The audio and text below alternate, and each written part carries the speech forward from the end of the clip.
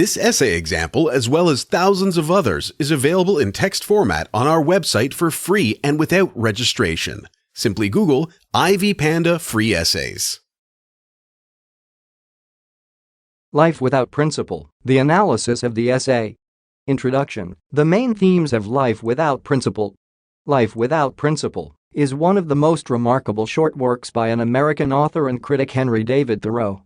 The essay was published in 1863, 15 years after the famous civil disobedience. In summary, Life Without Principle and other Thoreau's books influenced many people of different ages and social statuses. Political leaders found his works educative and used quotes from Life Without Principle in their practice. Ordinary people, in their turn, found the message of the text very personal and compelling.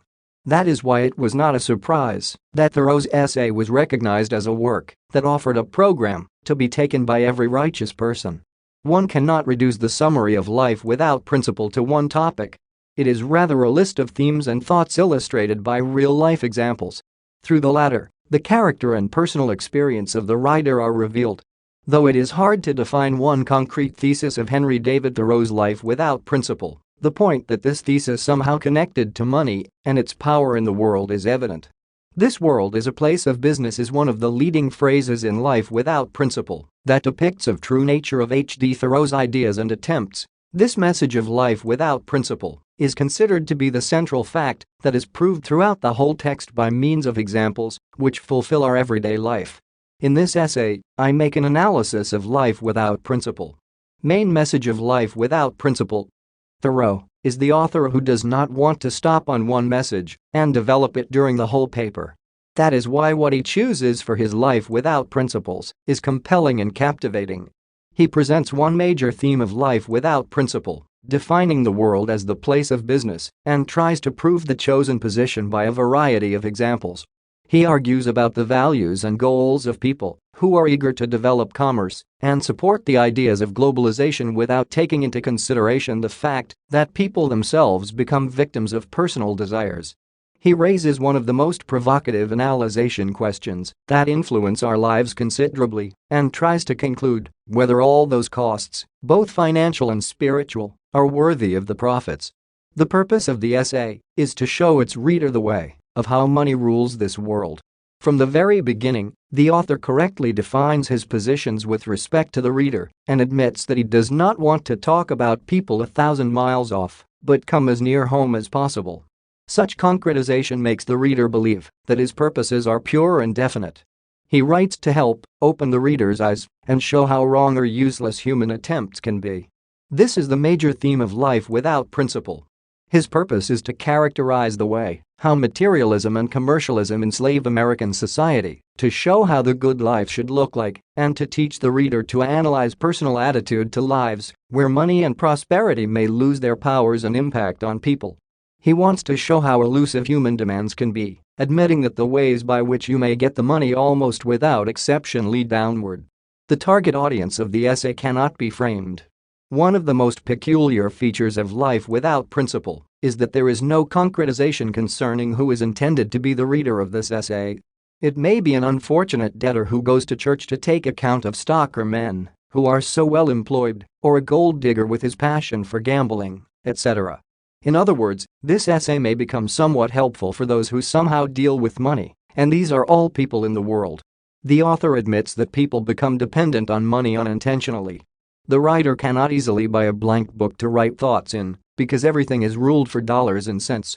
Maybe it is safe and more effective not to define the target audience at once and provide every reader with a chance to discover whether this source is exciting and helpful for him or her.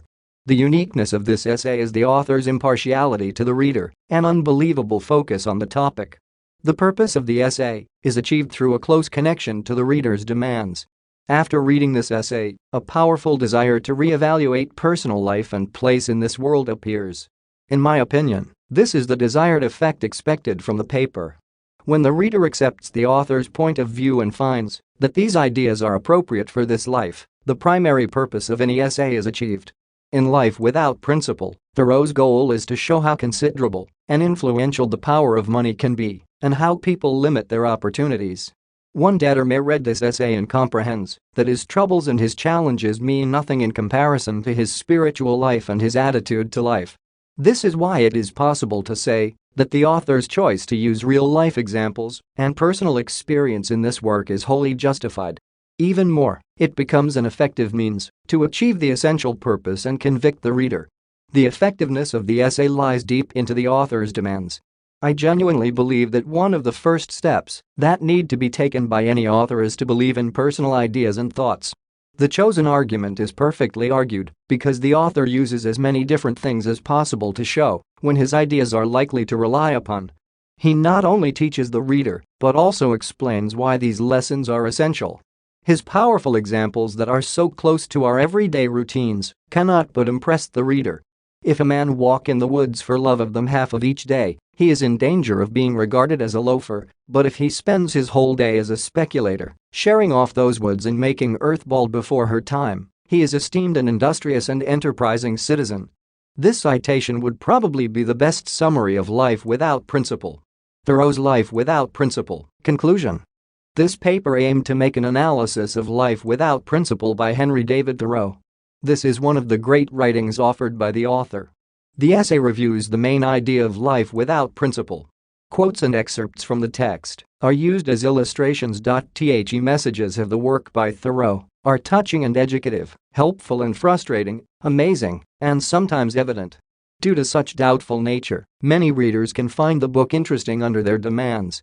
Everyone knows that he or she lives in a world that is too dependable on money, because each citizen is a voluntary participant in this pursuit for profit. The effectiveness of the essay under discussion lies in its connection to everyday problems and human desires. People want to become smart and prudent in their activities, but their attention and passion make them so blind and stupid, and, what is more frustrating, dependent on their product, money.